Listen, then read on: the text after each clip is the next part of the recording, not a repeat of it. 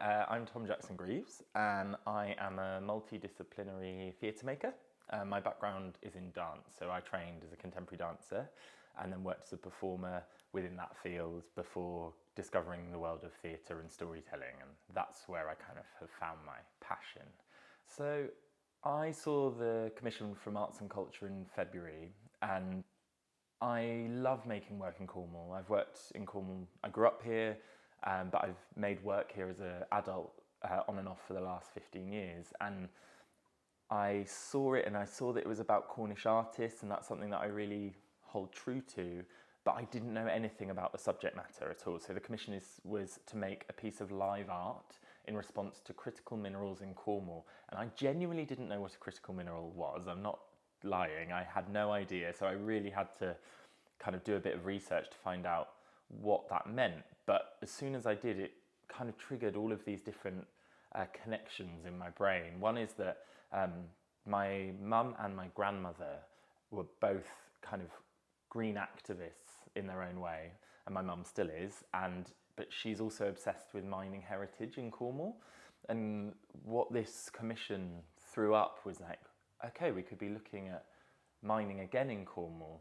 And so it gave me a way in to start to speak to my mum about something that I never really cared about very much and didn't give her much time.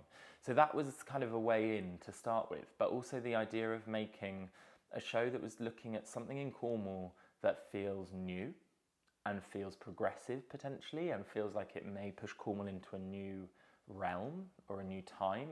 And that felt really exciting. And when I started to think about my personal story as a young queer man who grew up here and someone who really struggled with the masculinity of growing up in a place that was built on that industry, started to go, maybe there are these correlations and maybe there's a way in to explore that theatrically.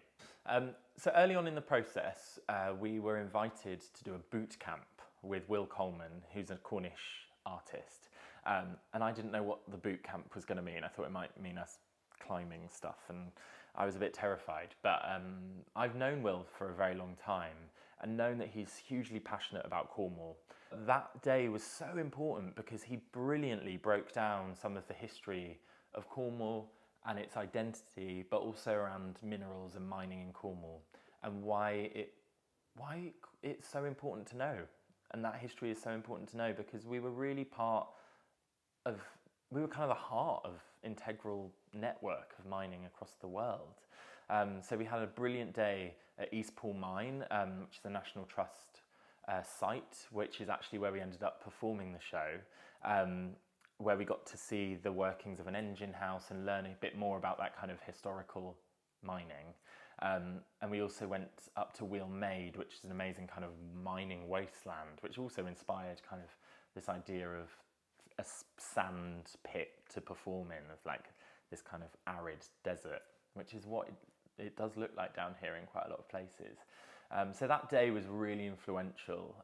It gave us lots of information about Cornwall and helped me understand why maybe there's elements to be proud of.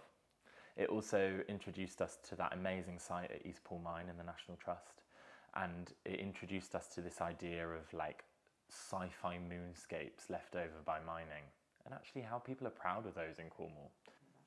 So as part of the process, we had kind of our more stereotypical theatrical process, which was being in a rehearsal room or being in a studio, and that was writing, that was developing characters, developing voices, developing choreography and movement. But we also were able to go and be kind of part of the county and meet people, and that involved site visits, including Cornish Lithium and their site on United Downs, where they are doing a geothermal test site to extract the brine from the hot rocks. And they gave us a real amazing morning of introductions to the work they're doing, how they're doing it, why they're doing it. We also got to go to South Crofty, which is the biggest tin mine in Cornwall. And at the bottom we walked for an hour into the depths of the mine, where they were doing some test drilling. And we met, kind of one of my favourite things in the whole project was meeting the man who was drilling, a guy called Greg, who grew up in Cornwall. And the first thing we said, we're doing a theatre show about mining. And oh no, bit embarrassing to say that when someone's doing it in front of you. And he said, oh, when I was at school, I wanted to be an artist. And I just went, well, there we go. That's enough of a reason for us to do this project, because it just breaks down the reality of these things, and the preconceptions and the stereotypes that we build in our heads aren't always true. And that's kind of at the heart of this show. So a huge part of the process was speaking to academics and researchers. And I didn't know how we were going to approach that to start with, because I've never had the opportunity to do it. But the thing that was really exciting is we started with really simply just having conversations. So I sat down with, I think, 10 to 15, can't remember the exact amount, of academics from the university, as well as students, and spoke one-on-one about their experience and what they do, why they do it, and their thoughts on this big topic. So what we did is we brought a group of 10 people together, and that ranged from people who are working in mines now, to academics, to local people, to students, to artists. And we had this group of 10 people, and we had a dinner party. And we hopefully created a safe space for us all to come together. And we shared some kind of gentle prompts. We recorded the conversations that happened. And those conversations became so rich. And they were quite bubbly and fizzy, and had moments of anger and pain within them as well, but everyone listened to each other. And that then became this kind of set piece at the end of the show, which felt really brilliant to be able to not just use the information that we'd learnt from these people, but also to have their actual voices and their opinions shared from their perspective. And it also then became, I hope, something that felt like a conversation rather than an individual perspective. It felt really integral that the people making this show had a lived experience of living here, because a huge amount of the show is about Cornishness and what that means and what it feels like to either grow up here or live here. So the team that I worked with on the commission started with Kyla Goody, who was my co-director, and she's an absolute genius in her craft, and I've been wanting to work with her for years. So to have Kyla as part of this project has transformed it totally. She's got such incredible skill with devising and comedy and just really getting truth out of a story. And because I was performing in the piece as well, so much of that ownership was given to her, and I'm so glad that that was part of that process. And then I worked with Anna Maria Murphy as a co-writer. I kind of wrote my voice within the show, and Anna wrote the voice of kind of everything else, really, and the bigger picture, and some beautiful poetry. And then collaborated with Kieran Clark, who is a brilliant sound designer and recordist. And Kieran was really integral to the capturing of other people's voices as part of this process, and then using those within the show. So it feels like this show is not just me talking, it's a whole community. And so we get to hear lots of real people's voices within the show, which feels really special.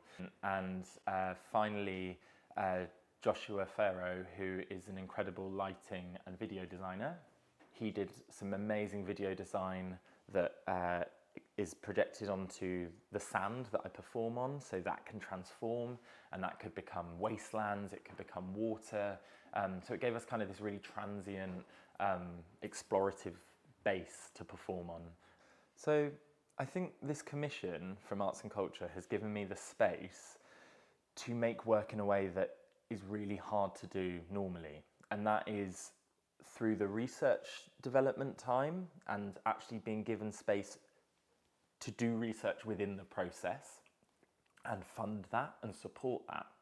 But it's also given the space to look at how the piece is made. It gave a sense of creative flexibility that I think is quite rare. And the idea of a commission in general is rare, especially in Cornwall, especially in theatre.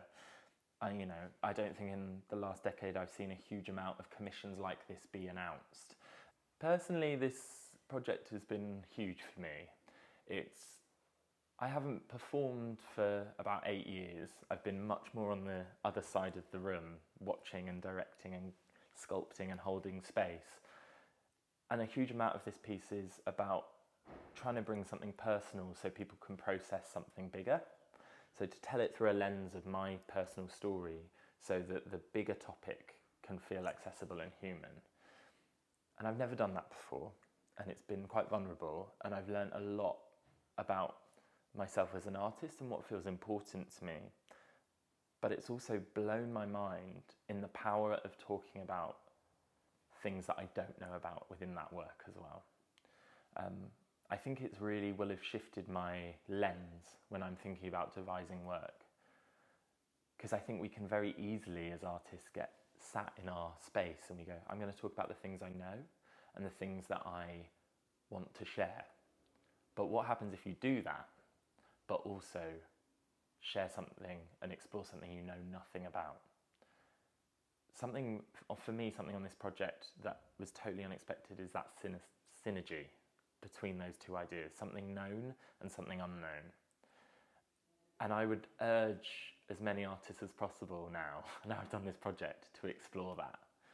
Because what has come out has been something I would never have imagined when I applied for this commission. I also would love to collaborate with academics more. There's so much knowledge to be shared, and I think they, on the whole, they have wanted us to share that knowledge in a new way.